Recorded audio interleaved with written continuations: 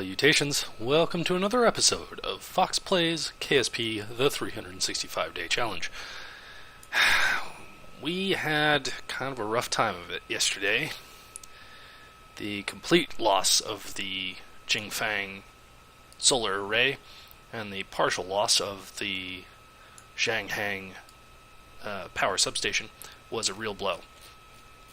And I think I've been smacking my head against the keyboard all day here, trying to come up with a useful payload for us to launch. And I thought about all sorts of things. I thought about habitats or expansions to existing space stations or this or that or the other thing, replacement for the solar array. But what I decided on was something a little different. I think we're going to launch something, well, not new, but a kind of a new concept. So a new way to use existing, well, partly existing infrastructure. So I'll hop over to the launch pad and we'll talk more there.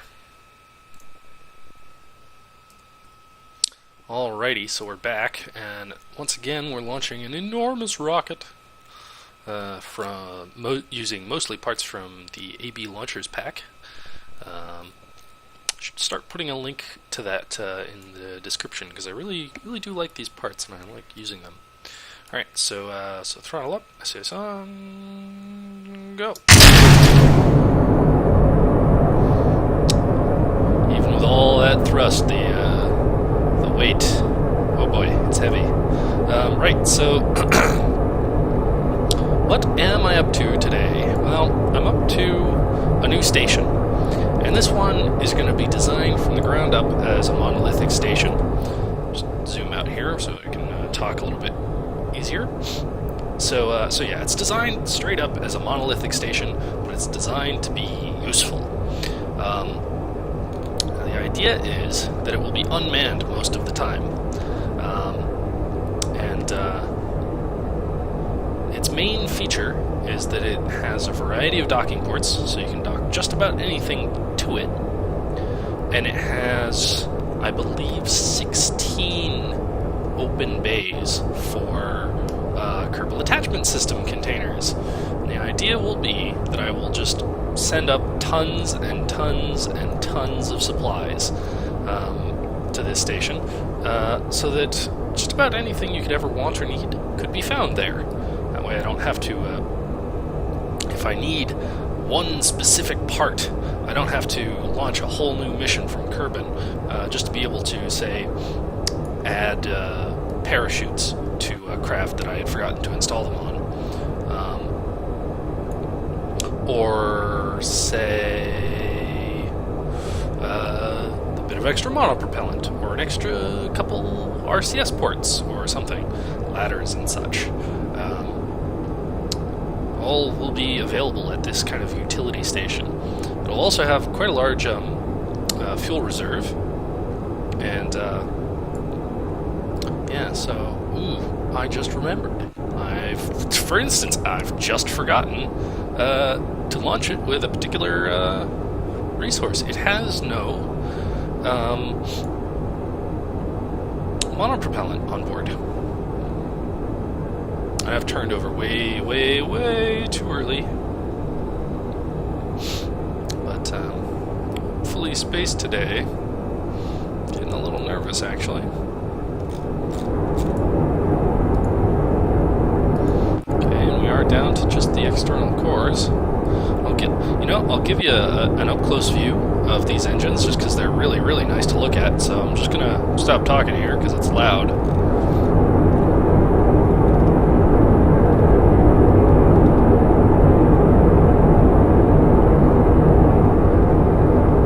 Look at that.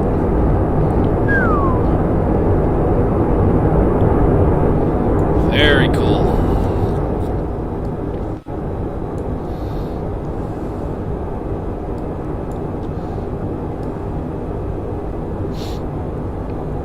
The other thing that it can do is that it will hold quite a lot of Kerbals, although it will not be intended for them to kind of habitate the station for long periods of time.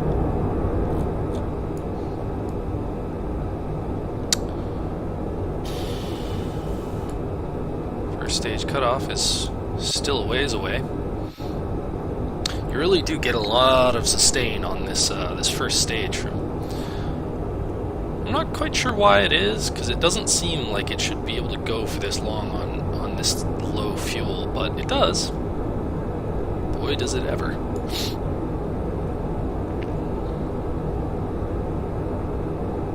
Turning over more and more and more and more. Just trying to kind of keep our apoapsis from going completely insane.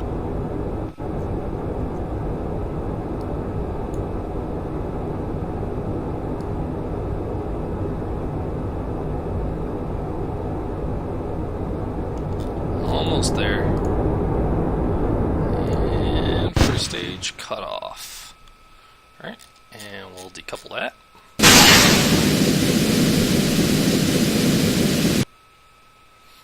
Feeling our monstrous second stage. And we're just gonna... We cannot roll. Okay.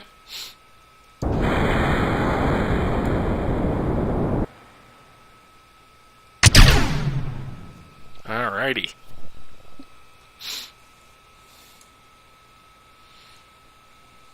So that's that, and we'll deploy some of our bits and bobs just so we don't have to do it later, and so that we don't run out of power.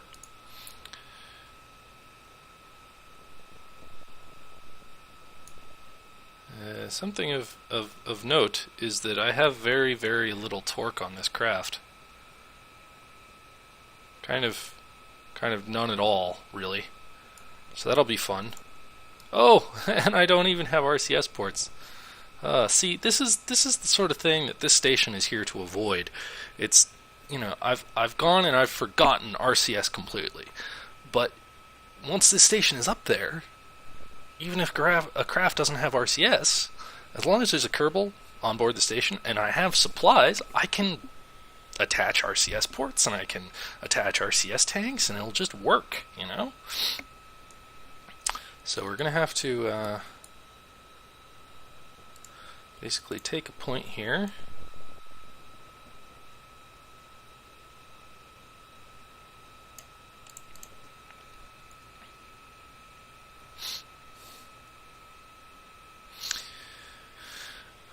Alright, so we're just going to touch the engines a little bit.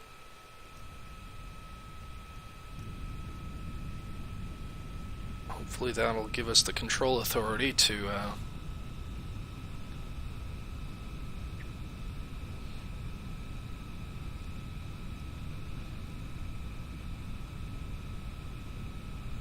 I think the only torque we have is on these two little QBE Probodyne cores. That's it, really.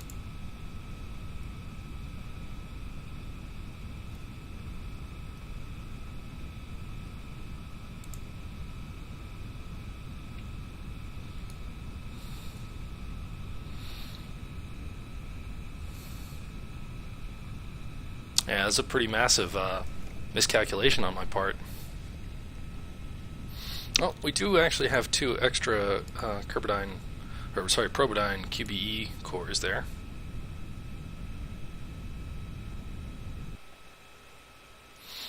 Alright, so we're gonna...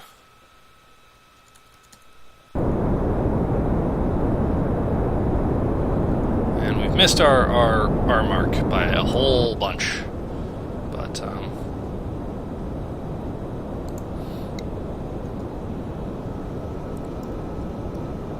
oh, interesting. Our SAS is not working at all. Interesting. So manual all the way, baby.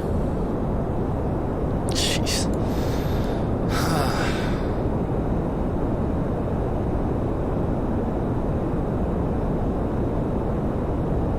Alrighty, so I'm gonna put a cut here, and we'll rejoin the action once I'm underway to the moon. And I think I'll probably wind up using this upper stage to get me there, but I'll put it on a suborbital trajectory, have it crash into the moon, and we'll just use this big old stage up here to actually do the then. And I'm back. And we're not exactly on the way to the moon. And this is the kind of thing that just illustrates so wonderfully why this kind of station is needed in my space program. It's completely uncontrollable. It's just too heavy. And there's no real, there's no torque. So I think what I'm going to do is leave it in orbit around Kerbin, because we do have a nice stable orbit. What I'm going to do is I'm going to come up here with a new mission, and I'm going to dock basically a super duper SAS stack on this with a second, basically just extend this nose here.